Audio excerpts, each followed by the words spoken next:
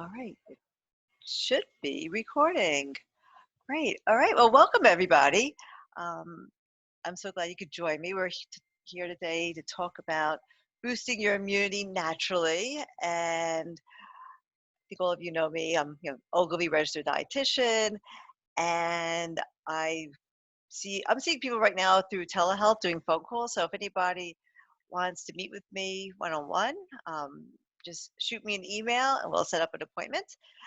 Also, if you have any questions, you can email me anytime.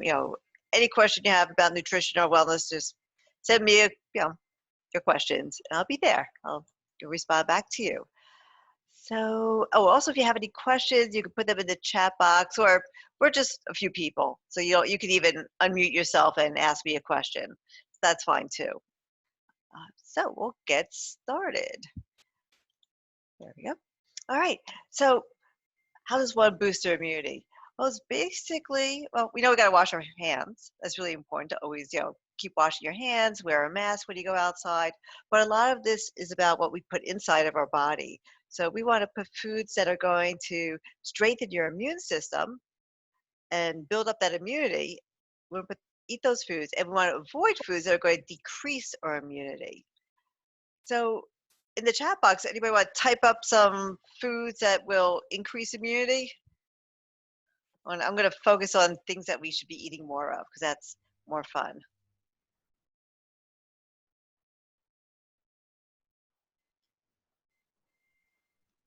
All right. Well, no responses there, so that's okay. I'm going to go ahead. Obviously, we want to eat a rainbow of fruits and vegetables. And I talk about this all the time, eating a rainbow of fruits and vegetables. And does anybody know what a flavonoid is? You just type it in, raise your hand. All right, so flavonoid is a phytonutrient. A phytonutrient is a nutrient that comes from plants. So phyto is plants. Um, Now, there are over 4,000 flavonoids in plants. And you can't get that in a pill because a lot of these flavonoids, we know there are flavonoids out there that haven't even been discovered. So we want to get our immune boosting foods, we want to get those nutrients in from food and not from a pill. So every color fruit and vegetable has a different set of phytonutrients. So for example, the reds are going to have one type, the purples will have another, white's another. So if you just, before you get from this talk, walking away is like, oh, I got to eat a rainbow. That's just enough. You will get what you need to stay healthy. So the very first nutrient I want to talk about is vitamin C.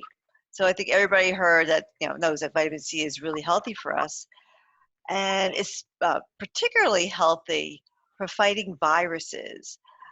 Studies have seen that it reduces viruses of the upper respiratory tract, reduces the incidences of those viruses. It shortens the frequency and duration and severity of the common cold. It also reduces the risk of getting pneumonia. So the coronavirus impacts the respiratory tract. And what you want to do is we want to consume nutrients and foods that are going to protect us. So vitamin C, which is also known as ascorbic acid, is a powerful antioxidant. So getting back to flavonoids, flavonoids are antioxidants, and antioxidants fight against free radicals. I love that word, free radicals. Free radicals are compounds that are formed when our body converts food into energy. Well, generally, that's not a good thing. We get free radicals in the environment from cigarette smoke, from air pollution. Um, you could even get free radicals when you're running, if you do an endurance sport like marathon running. Not that I want people not to run marathons, I think it's great, but it just means you need to eat more foods with antioxidants. So vitamin C is a very potent antioxidant. And if you look at this chart here, women need 75 milligrams a day, men 90. If you just eat a half cup of red pepper, you get 95 milligrams right there. So it's really easy to get enough vitamin C from the food that we eat. And if we look at the list, there's a lot of different fruits and vegetables that contain vitamin C. So again, we don't necessarily need a vitamin C supplement as long as you're eating a rainbow of fruits and vegetables, and in particular these ones here that are high in vitamin C. Another important nutrient is zinc. So zinc reduces viral replication. And what that means, it will prevent us from getting a virus or reduces the risk of getting a virus. It protects our immune system. It aids in wound healing, um, assists in cell division. So zinc is really important. And on this list, you could see women need 8 milligrams, men need 11. And you could get that primarily from food. Now, if you don't eat meat, you can still get that from nuts and beans and seeds. So pumpkin seeds, 1 ounce is 2.2 milligrams of zinc. Cashews is 1.6. Almonds is almost 1 gram. Kidney beans, about a gram. So it all adds up. If you eat a diverse amount of food, you can get enough zinc. So another way to make sure that zinc gets into the cells is to consume something that has quercetin in it. So quercetin is Quercitin. And you find that in apples and onions. And why is that important? Well, what happens is when you eat something with quercetin in it, such as an apple or onion, it binds to the zinc and it brings it into the cell. So that way that zinc is well metabolized, well absorbed in the body. Something else that helps with zinc is green tea, which has ECGC. So ECGC is something else that helps get the zinc into the cells. So think about that. Apples, onions, green tea, more healthy foods.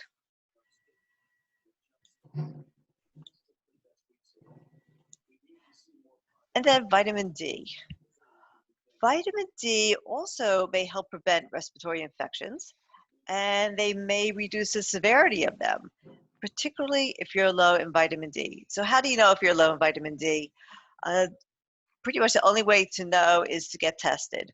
So if you've been tested, if you had your vitamin D level tested in the past and it showed that you're low, then it's really a good idea to make sure you increase the amount of vitamin D you're consuming. So if you see here in this slide, we do have some good sources of vitamin D. I don't know anybody who's taking cod liver oil anymore, but if anybody knows if they did when they were a child or their grandparents took it, um, cod liver oil has a quite substantial amount of vitamin D. Trout and salmon. But if you don't eat those foods, mushrooms is a source of vitamin D. Fortified foods is another source of vitamin D. So if you drink plant-based milks, make sure that they're fortified with D. And soy products, uh, cereals. If you find some people might need an actual supplement to get enough vitamin D. But for the most part, you probably could get it from your food. And of course, if you stand outside without sunscreen, the sun produces vitamin D on our body. Any questions about anything I've talked about so far? Feel free to just speak up or type in the chat box. I have a question. Sorry. So quick question on the fish for the trout and the salmon. How come the recommendation is farmed over wild? Is farmed better for vitamin D intake? Correct. It's just about has more vitamin D than the wild. But if you rather have wild, which I would understand, I'm sure there's vitamin D in it. It's just probably a little bit less.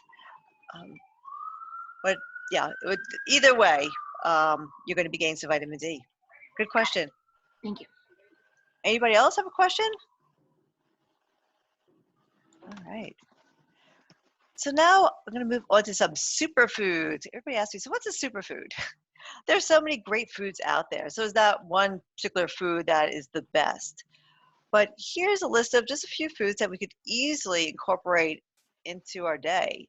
I mentioned earlier that onions and apples contain quercetin, which are antiviral and anti-inflammatory. So we want to, again, reduce inflammation in our body. And when we reduce inflammation in our body, it does a few things. It improves our blood sugar control. It improves our ability to fight diseases. So onions and garlic are very, very healthy for us. Onions and apples, I'm sorry. And of course, garlic. So garlic contains sulfuric compounds, and they're called allium, allium. And also onions contain allium. So onions do multiple things, the quercetin and the allium, and they activate innate immune cells and suppress inflammatory cytokines, which again means that it improves our immune system and reduces inflammation. So when I say onions, can anybody, name something else besides, you think about just regular onions? Another type of vegetable that's also an onion that's not called an onion. Either type it in or announce it.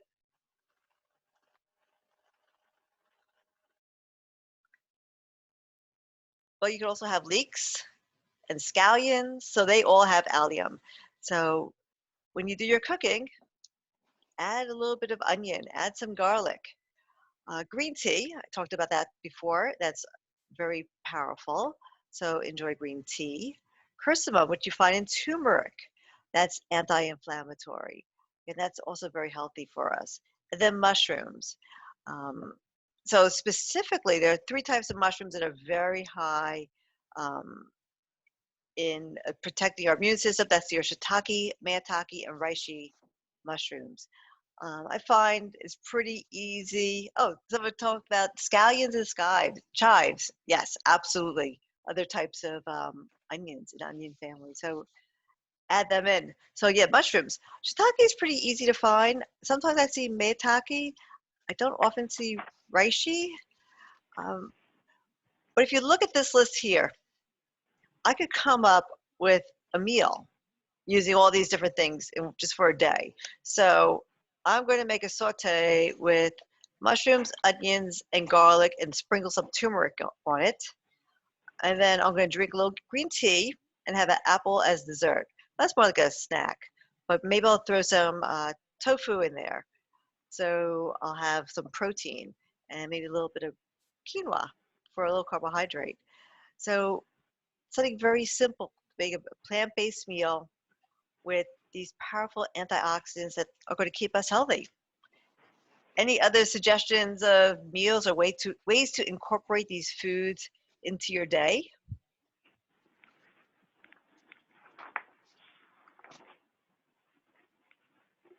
Yes, feel free to unmute yourself or type it in.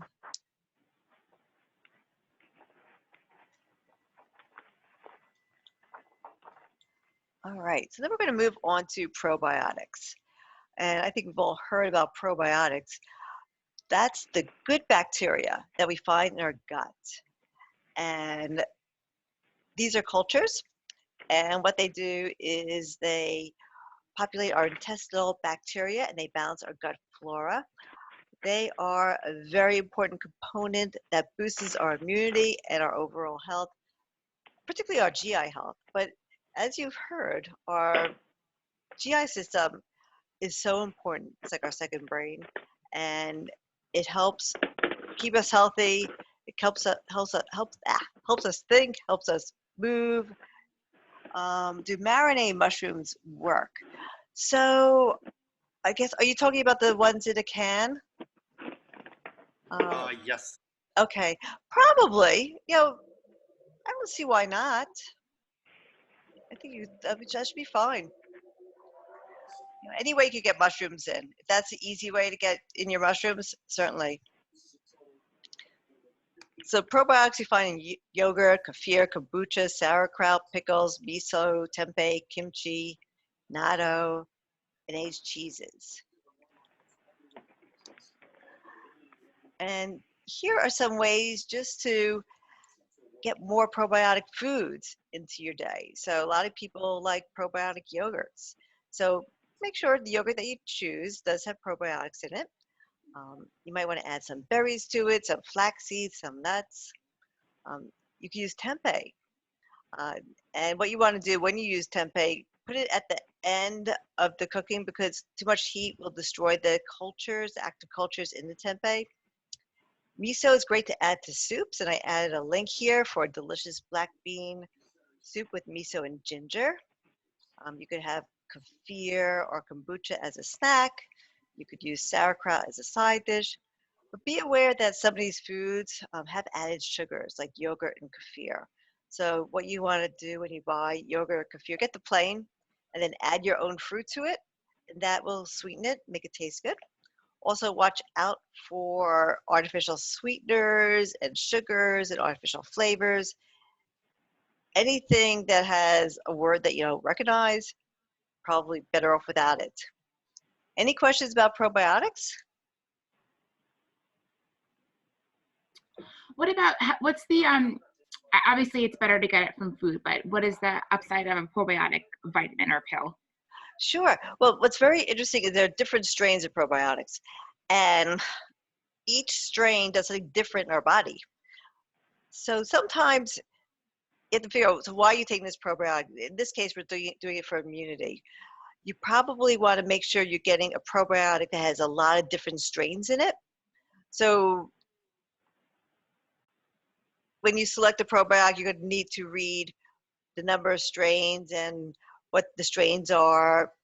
If you're just taking it for, let's say you have irritable bowel syndrome, then I would say, okay, you should take this specific probiotic because it has this specific strain. So if you do have any specific questions about what probiotic you should take for a specific issue, you can email me and we could talk about that. Because like I said, I'd have to look it up because I don't remember off the top of my head which specific probiotic is good for what issue. But in general, the more strains that are listed, the better chance that probiotic will help you. Got it. Thank you. You're welcome.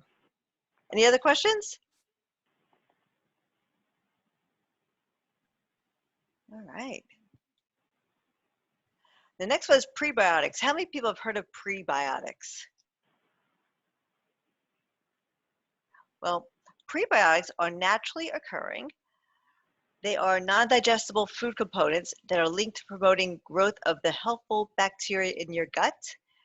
So they work hand in hand with our probiotics. So the two of them together enhance your digestion and they boost your overall health. So if you look at this list, you're going to see some overlaps between these good foods here, plus the superfoods we talked about earlier. You see the apples listed, garlic, leek, onions. So again, let's just add those foods into our day. It's just so easy to do. And they always say an apple a day keeps the doctor away. There's a real reason for that. They're really powerful pieces of fruit. And then, of course, bananas, asparagus, dandelion greens, chicory root, jicama, Jerusalem artichoke. So these are 10 prebiotic foods.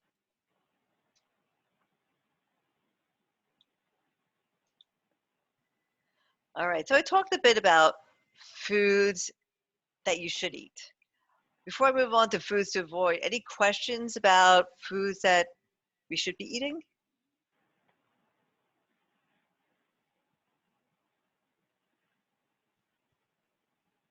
Okay, well then foods to avoid. We want to avoid foods with added sugar and artificial sweeteners. And why is that? It's because it reduces the level of the good bacteria in our gut. And again, the gut is what's going to keep us healthy. So we want to avoid doing things that are going to reduce the good bacteria there. Also, these added sugars and artificial sweeteners have a bad effect on glucose metabolism. And what happens there is it increases inflammation. So when we increase inflammation in our body, we're reducing our ability to fight diseases. So added sugars. Let's talk about what are added sugars. And you want to put, everybody type in a sugar that's not named sugar.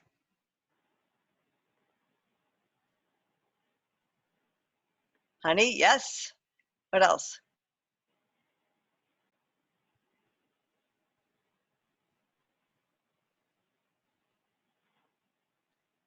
You can even say it. Any other sugars besides honey? Yep, trivia. Sure. Trivia, I mean. There are so many out there. Maple syrup, yes. Agave. There's so many hidden sugars. There's even when you see was it sweetened by fruit, when it says that. Actually, what all they did is they take that fruit and they get the sugar out of it. So be aware if it says fruit sweetener or anything like that. Fructose, yes. Anything OSE at the end is a sugar. If you see anything that ends in OL, that's a sugar alcohol, like erythritol. Um, I have a whole list. If you even go online, it says if you type in, other names of sugars, it'll pop up. There's like a list of 50 different types of names for sugars. So just watch out. If you see something that you think might be sugar, it probably is. Corn syrup, that's another one. And then there's high fructose corn syrup, which is really awful because that's a trans fat.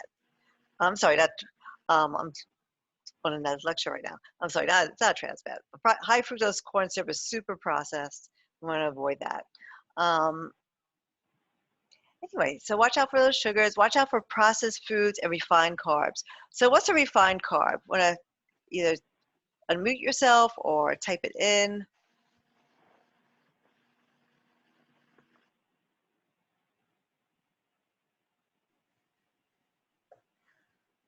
Okay, so a refined carb is when you take, let's say, the wheat and you strip the outside of it and you remove the fiber and the nutrients, and all you have left is a piece of starch.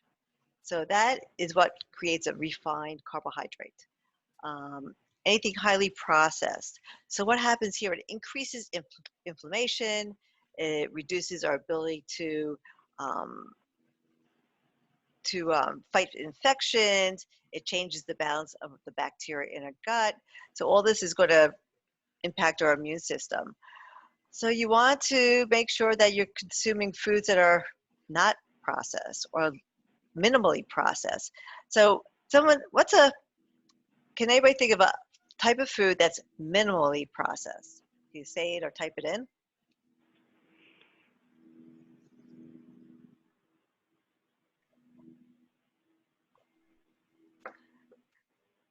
Well, my favorite example is oatmeal.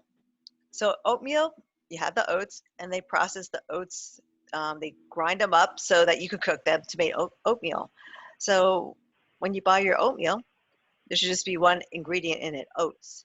There might be a little bit of salt in it, maybe, but there shouldn't be any there. So that's a minimally processed food. Another one is nut butters, like peanut butter, almond butter.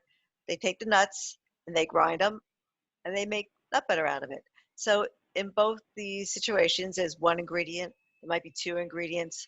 Um, I still consider something that has three or maybe even four ingredients, something that's minimally processed. It's when you look at that ingredient list and there are lines and lines and lines of added ingredients. And if you don't recognize any of those ingredients, or even if you don't recognize one ingredient, it's going to be a processed food. So the more ingredients in a food, the more highly processed it is, and the greater impact it will have on your immune system.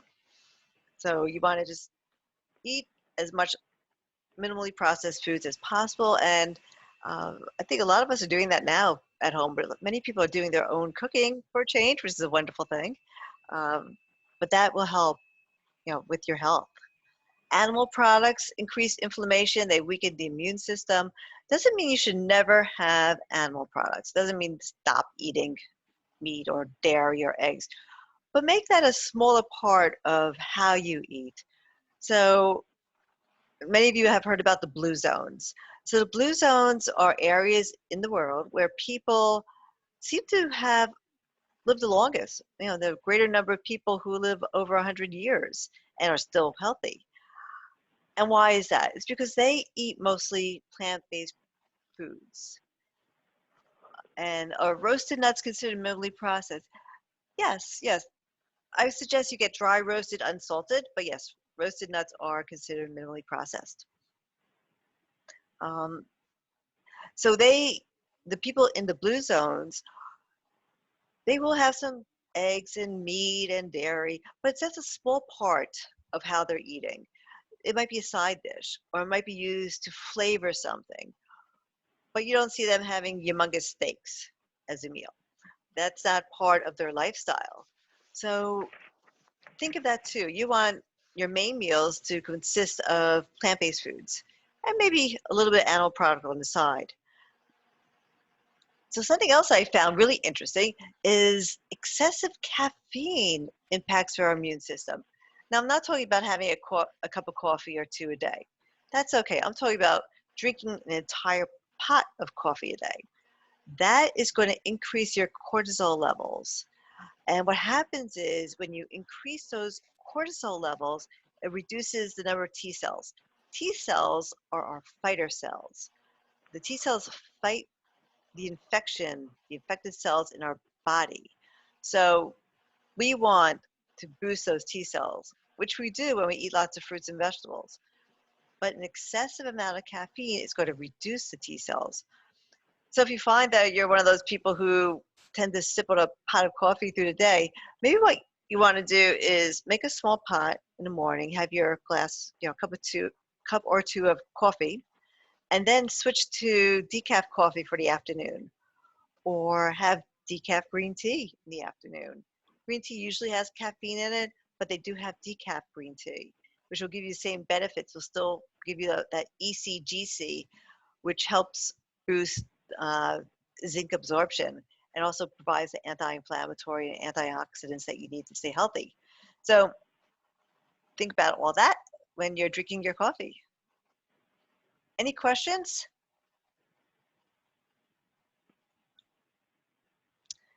I'm talking about hydration, coffee and hydration.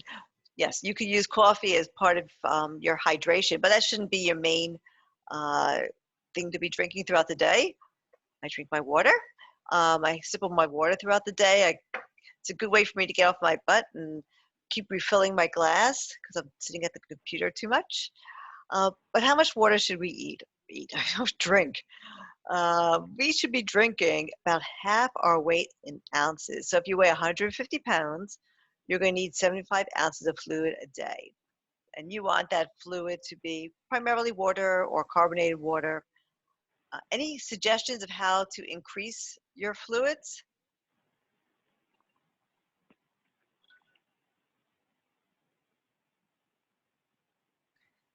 Some people don't like plain water. So what I suggest is, getting some lemon or lime or even ginger and putting that in your water.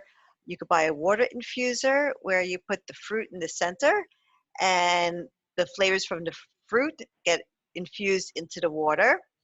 Um, those are just, simple ways of making your water or seltzer taste even better. All right.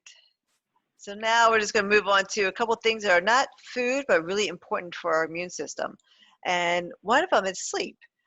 So studies have found that people who slept less than 5 hours had a 350% chance of getting a virus compared to those who slept at least 7 hours a night. So think of that. It's a 350% increase. That's huge. So if you're one of those people who doesn't sleep at night, obviously this is something that would be really helpful for you to work on so that you will, improve your immunity and also reduce stress too. So one thing this does, when you get enough sleep, your body secretes melatonin, and they found that melatonin also helps reduce viruses. So I thought that was also fascinating that um, I've actually, people who sell supplements are saying, why, use melatonin. Well, just sleep. Get a good night's sleep, and your body's going to produce, sufficient melatonin to fight viruses. And how do we get enough sleep? This is always a big question for many people. So obviously want to aim to get at least 7 hours of sleep. Create a routine. So you want to, try to go to bed the same time every night. So some people actually will set an alarm to remind themselves, oh, time to go to bed, just like you would when you want to wake up. It's your going to bed alarm. You want to make sure your room is dark and cool and quiet, and of course, comfortable. So I know for myself, I live in Manhattan. My apartment is an old building and it gets super duper hot, even in the wintertime. So I have to make a point to keep my windows open. Um, Sometimes I need to put a fan on. Uh, I have an air conditioner, so that gets used in the summertime. But having a cool, quiet room is really important. Uh, don't use your iPhone, your iPad, or anything that has a screen 90 minutes before bedtime. And that's because the light in your phone or your computer or your iPad, it emits something that messes up with our circadian rhythm. So it's really important to avoid those devices at least 90 minutes before bedtime. Creating a evening ritual. So some people like to take a bath before bed. Some people like to listen to music or write. I read, so that's the thing I like to do before bed. It actually puts me to sleep. Is TV a bad device? Um, Actually, yes. It's the same. It's, you get that same light emitted from the TV as you do from the other devices. So if you could avoid watching TV, uh, that'd be great. There are people who have that exception who watch TV and they fall asleep. But as long as you stay asleep afterwards, it's okay. I know people who fall asleep by the TV, then have to get up and they have to turn it off and walk away. So if you find the TV does help you, make sure you have a timer. So TV goes off at a specific time. So you're not getting up to turn that TV off. Um, Aromatherapy is very useful. Lavender is great for sleep. Also, there's different scents that are wonderful for stress reduction, for a variety of things. I'm not an expert in aromatherapy at all, but there are people out there who do specialize in aromatherapy. I know just lavender. I got an eye mask that has the scent of lavender on it, which is very calming. So that's something to consider. An eye mask, which will make things dark, a little bit of the aromatherapy, and it will help you sleep. Any other suggestions of ways to help you go to sleep and stay asleep?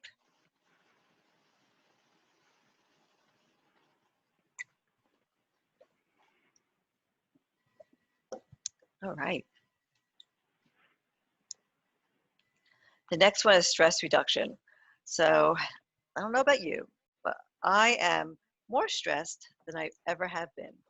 Um, this I don't get stressed very easily, but this has definitely stressed me out. So I'm doing my best to try to reduce that stress level, because stress does reduce your immune system. It reduces your ability to fight viruses and to also get better. So chronic stress also associated with the increased severity and frequency of viral infections. So again, let's reduce stress. Let's try to do whatever we can to feel better. And one of the big things we would like to do is stay away from the news, because every time we watch the news, there's something, it's just, we're not talking about happy news anymore. There's always something very sad and depressing on the news. So maybe once a day, get an update, but that's it. Just maybe once a day, read the news or watch the news, whatever you like to do to get your update, but don't watch it all day. Don't do morning, afternoon, evening, just once. And that will help the stress reduction.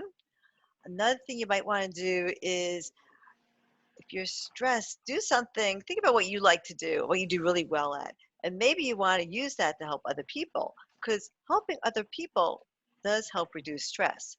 So, for example, if you're a very social person, what you might want to do is find one of those volunteer organizations that allows you to do Zoom meeting or a phone call with somebody, maybe an older person who's alone or anybody who's by themselves. Many people are really isolated on their own, and it's nice to, be able to talk to somebody. And that gets us on to virtual social gatherings. Something I've been doing is every Friday night, I have a little happy hour with a bunch of my bicycling friends. There's 6 of us, and I look forward to that. I can't wait till tomorrow night to see my friends. And we chit chat for almost 2 hours, uh, and they make me laugh. We have a good time, and it really reduces my stress significantly. Um, so you can do that with friends, do that with your family. Just so many ways, stay in contact with people. Make phone calls to people you haven't spoken to in a long time. I know I did that. I've been keeping a list of people I need to call and then recall because this is going to be going on for a while. But, keep those contacts. Other things we could do are, you know, mind body approaches like meditation, Tai Chi, yoga. Um, I know Ogilvy is offering several different types of meditation sessions. Um, we're offering yoga at the fitness center virtually. Same thing with meditation, healthy diet, of course. Laughter. Laughter is great. I wish I had a really good joke for you. I'd throw it in, but laughter is really important. That's such a big stress reducer. Excuse me. And sheltering in place, make it a positive experience. So yeah, it really sucks that we're home and we can't go out. But let's do things. Maybe we have less. We're not traveling as much. We're not commuting to work. So for many of us, we might have 2 hours free now that we used to have. We have to go back and forth. It was an hour to work, an hour home. It's a lot we could learn in 2 hours. What I started doing is I love. I always wanted to learn how to do the mambo. So Alvin Ailey has dance instruction online. So they have mambo dance. It was so much fun. I turned it on and I'm trying to learn how to do the mambo. I probably looked really silly and funny, but I had a great time. And I was moving, I was laughing, and I was just enjoying it. So this is an opportunity to learn something new, um, to help other people. We have to turn around the negative and make it positive. Does anybody have anything that they've done to reduce stress that they want to share with the group?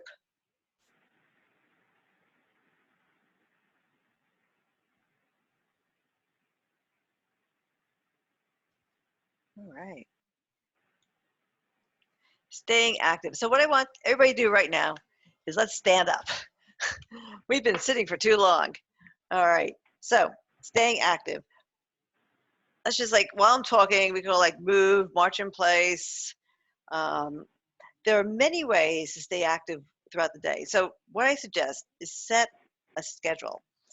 Put in your schedule when you're going to be active. When are you going to go for your walk? Um, go for exercise. I do that. I have to put that in my schedule. Otherwise, it's not going to get done. And I'm going to schedule something else in my calendar and I won't have any time to be active. So put that into your calendar when you're going to be active. And then also make sure you get up throughout the day. Don't sit down from 8 o'clock in the morning to 6 o'clock at night. It's really bad for our posture, bad for our body. Just get up, go for a walk. If you don't want to go outside, just walk around your apartment. Maybe do some exercises, some easy exercises. Make sure you stand up every 30 minutes, and that could just be a stretch. So let's just all stretch while we're standing up. All right.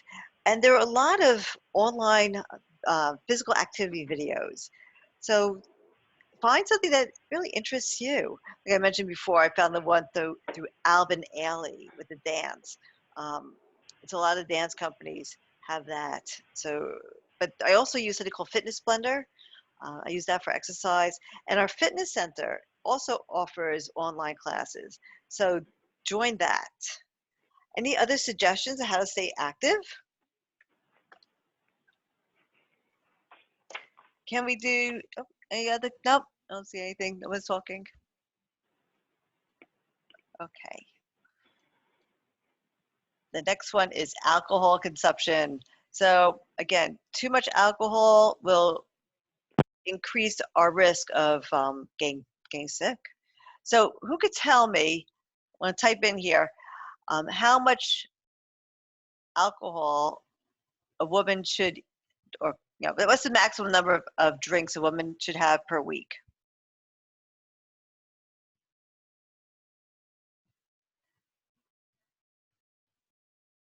Anyone know?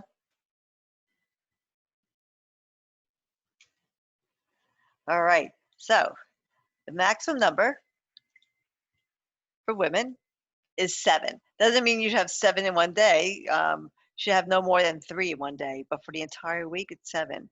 For men, it's 14, which is a lot of alcohol. And here you can see what a serving is. So be very mindful of how much alcohol you're drinking. It also increases stress. So too much alcohol, again, it impacts our inflammation in our body. So, and if if you're not drinking, don't start.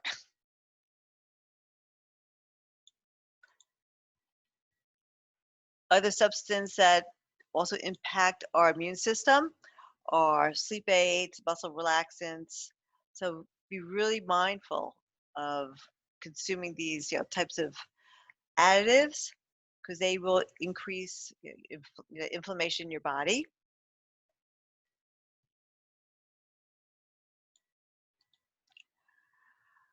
All right, so this is your opportunity to ask me questions. Unmute yourself, type something into the chat box.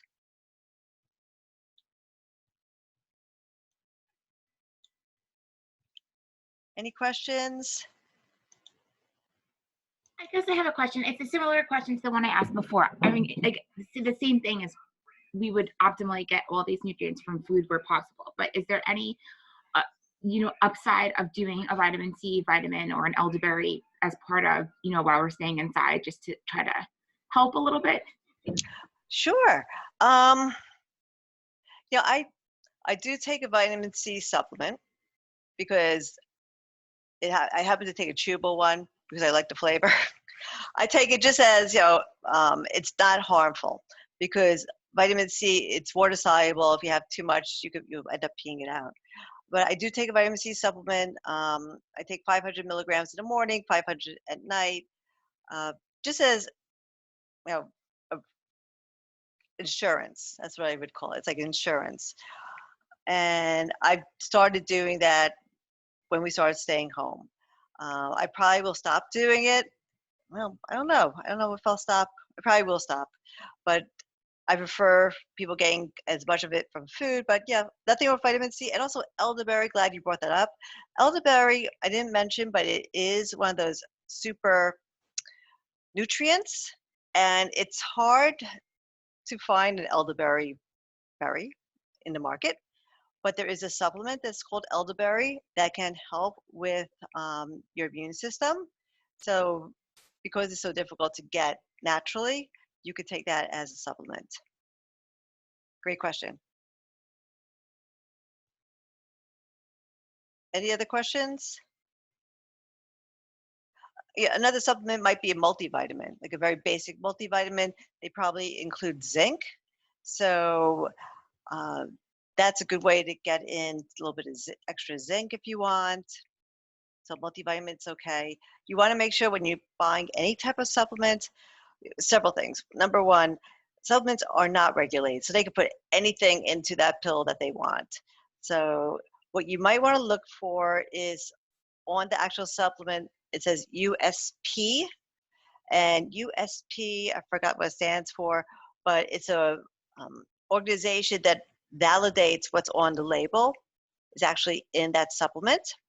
Another one that does the same thing is NSF. So if you see NSF or USP on the label, you know that it's a good supplement. Um, and also you don't want to overdo it with any of the supplements, particularly like multivitamins. It might say 1,000% of the recommended amounts. That's not necessary. You don't need 1,000% of anything. It's just you're paying extra for that. So if it's 100%, that's great. More than 100%, probably not necessary. Any other questions?